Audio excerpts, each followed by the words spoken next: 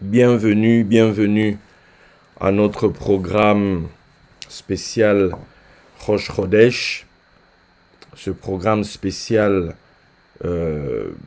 lié à la nouvelle lune. Voilà, nous sommes à la nouvelle lune et bibliquement parlant, c'est un moment important, un moment où le peuple de Dieu se retrouvait, le peuple de Dieu se retrouve jusqu'aujourd'hui d'ailleurs, au niveau de la communauté juive et chez tous les autres en fait qui respectent cet aspect du calendrier, le calendrier lunaire. Je veux dire où on respecte la nouvelle lune, on respecte les étapes de la lune. Nous aujourd'hui avec les calendriers que l'on a, on ne sait plus faire la différence entre, je veux dire, nos mois sont, on est embrouillé en fait, on est déconnecté avec la création. On est dans notre calendrier, nous sommes aujourd'hui le 19 juillet. Nous sommes le 19 juillet, mais dans notre tête, le 19 juillet, c'est pas le début du mois. Dans notre tête, le 19 juillet, c'est, voilà, on commence plutôt à aller vers la fin du mois de juillet, etc. Et on va aboutir, on va commencer au mois d'août. Mais en réalité, aujourd'hui, c'est le nouveau mois. D'ailleurs, pour certains, on a vu la nouvelle lune hier dans la nuit. Donc, officiellement, Rosh Chodesh, c'est aujourd'hui. Bon, maintenant, c'est assez intéressant parce que le 19 juillet aussi se rapporte avec l'ancien calendrier égyptien. C'était, voilà, cette date-ci qui était le nouvel an égyptien. Donc, nous sommes là dans le cadre donc du nouveau mois. Nous sommes là dans le cadre donc de Rosh Chodesh. Et il y a une parole spécifique, une parole particulière que j'ai à cœur de partager avec vous ce soir. Et je vous remercie tous d'être présents. Je vous remercie tous d'être en ligne là maintenant. Ou je vous remercie tous aussi ceux qui prendront ce message plus tard pour l'écouter, pour s'édifier. Donc, accordez-moi quelques temps, accordez-moi, je sais pas, une heure et demie, je ne sais pas. Mais voilà, le temps que cette parole que j'ai dans mon cœur puisse être libérée et vous être communiquée dans sa plénitude. Je vous salue encore une fois. Et j'ose croire que ce rendez-vous vous sera utile. Ce rendez-vous vous sera bénéfique. Ce rendez-vous répondra à vos attentes, comblera des lacunes et apportera une plus grande maturité. C'est la nouvelle lune. Bien. Et cette nouvelle lune, puisque nous sommes dans le calendrier juif, c'est le mois de Av qui commence. On vient de terminer le mois de Tammuz. Et c'est le mois de Av qui commence, le mois de Av qui est le 5e mois. Qui est le 5e mois de l'année. Le mois de Av a une particularité, que c'est un mois chaud. Pourquoi? Parce que c'est le mois où il y a ce fameux jour où le temple a été détruit. Tisha B'Av. Donc le temple a été détruit, je pense 2 fois, à la même date.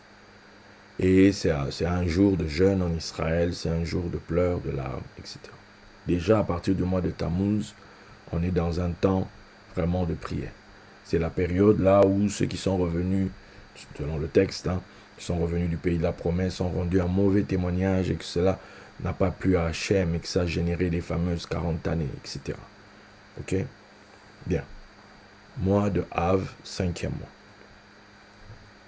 mois. La particularité de cette nouvelle lune, c'est que cette nouvelle lune se passe chez le Cancer. Ok?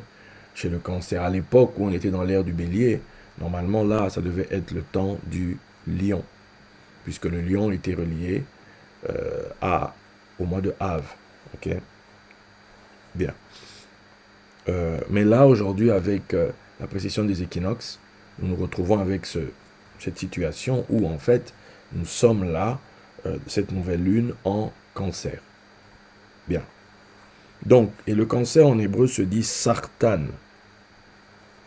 Sartan. Samer, resh, tet, nun. Ok. La particularité du cancer, c'est que c'est là où Jupiter fait son exaltation. Ok, Jupiter est au plus élevé, donc c'est là. Le cancer, c'est le domicile de la Lune. Ok. Et pour certains aussi, c'est le siège de Mercure. Voilà. Donc, retenez surtout ces deux premiers-là. Exaltation de Jupiter, domicile de la Lune. Bien. Excusez-moi. Ok.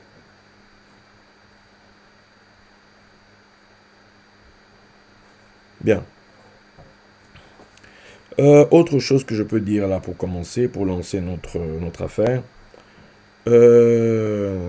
Voilà. Nous savons que les 12 tribus d'Israël, telles qu'elles ont été reparties par Moshe dans le désert, autour du Mishkan, c'était lié à la position des différents signes, ok, du zodiaque dans les cieux. Les 12 fils de Jacob se rapportent aux 12 signes du zodiaque. Ok. Donc, et chacun des fils donc était donc relié à un des signes. Et en l'occurrence, puisque nous sommes en train de parler du cancer, ok, cette nouvelle lune en cancer, en Israël, donc, c'est relié à quel fils? C'est relié à Ruben. Ok. C'est relié à Ruben. Donc, et vous allez voir qu'il y a quelque chose qui joue là-dedans. Ok. Donc, cette nouvelle lune en cancer, donc on pourrait dire nouvelle lune chez Ruben. Nouvelle lune chez Ruben. Donc, et on connaît le texte, hein, c'est que Ruben, qui était le fils de la jeunesse de Jacob, etc., et qui a été dépouillé de son droit d'aînesse, en fait, et on va comprendre pourquoi, Moshe priera plus tard en disant que Ruben vive, qu'il ne meure pas. Ok? Parce que la tribu commençait véritablement à s'assécher et il fallait que quelqu'un parle pour que de nouveau cette tribu puisse reprendre du poil de la bête. Donc, nouvelle lune chez Ruben. Donc, quelque part, Ruben mort, Ruben totalement à terre, Ruben totalement fini, Ruben ayant perdu sa lumière, voilà. Donc là, nouvelle lune chez Ruben. C'est une manière de dire voilà. Ok? Bon. Maintenant, tous ces signes-là, ce sont en réalité des étapes, on va dire ça comme ça, du soleil. Puisque c'est le soleil qui circule entre eux. D'où on a Christ, Jacob qui est le soleil, Christ qui est le soleil, les 12 apôtres, tout ça. Donc on peut donc dire que les 12, c'est comme les 12 heures du jour, donc ce sont des composants d'une journée. C'est comme on pourrait dire les composants de Christ. Hein, prenez ça comme ça. Les composants de Christ. On parle de que Christ soit formé en nous. Christ doit être formé dans les individus, Christ doit être formé dans les personnes. C'est comme le corps qui doit être formé dans le corps d'une femme. Et le corps humain a différentes parties. Le corps humain, pour qu'on dise que voilà, l'enfant est bien, etc., on va vérifier si tout se passe bien, si le développement de telle chose se passe bien, etc., jusqu'à ce que l'enfant naisse. La Bible parle de Christ qui doit être formé en nous. Donc, Christ aussi a ses parties. Ok? Donc, et ce soir, on va parler d'une spécifiquement. Ça concerne Réhouven. Réhouven, ou bien Ruben, est formé de quoi? C'est un mot qui est composé de deux, composé de l'impératif de Ra. Ra, c'est regarder, Ra, c'est voir. Ok? Et Eben, fils. Donc, c'est comme si quand elle a eu l'enfant, elle a dit regardez un fils. Voyez un fils. Voilà. Donc, maintenant, ce qui est encore plus intéressant dans cette histoire, c'est que la personne qui nomme Ruben, je pense que c'est par là qu'on va commencer, la personne qui nomme Ruben, c'est sa mère. Et la mère de Ruben, c'est Léa. La mère de Ruben, c'est Léa. Maintenant, c'est intéressant puisque l'un des descriptifs, si pas le plus important, qui est donné de Léa, c'est que Léa a des yeux délicats. Manière de dire que Léa ne voit pas bien. Léa a des soucis avec ses yeux. Voilà, on ne sait pas ce que c'était, je n'ai pas vérifié, mais voilà, descriptif de Léa, Léa avait des problèmes. Autant on dit que Rachel était vraiment, etc., belle de forme, de taille, tout ça, etc. Mais elle, Léa, avait des problèmes avec ses yeux. Donc, cette femme réputée avoir des problèmes avec ses yeux, maintenant on peut, voilà, se lâcher un peu dessus. Quelqu'un qui a des problèmes avec ses yeux, donc on peut supposer qu'elle ne voit pas bien. Elle ne voit pas bien, elle a des problèmes avec ses yeux. Maintenant, cette même personne qui ne voit pas bien, ben, qu'est-ce qu'elle va faire? Cette personne-là, elle va avoir un fils à qui elle va donner le nom de « voyez un fils ». Comme dirait l'autre, « chais ». Tu vois? Voilà, vous avez dit que moi je ne vois pas, vous avez dit que moi je ne vois pas bien, vous avez dit tout ce que vous pouvez bien dire, mais voyez un fils. Pourquoi elle appelle Ruben, pourquoi elle appelle comme ça d'ailleurs? Parce qu'elle dit ceci. Dieu, l'Éternel, a vu mon affliction.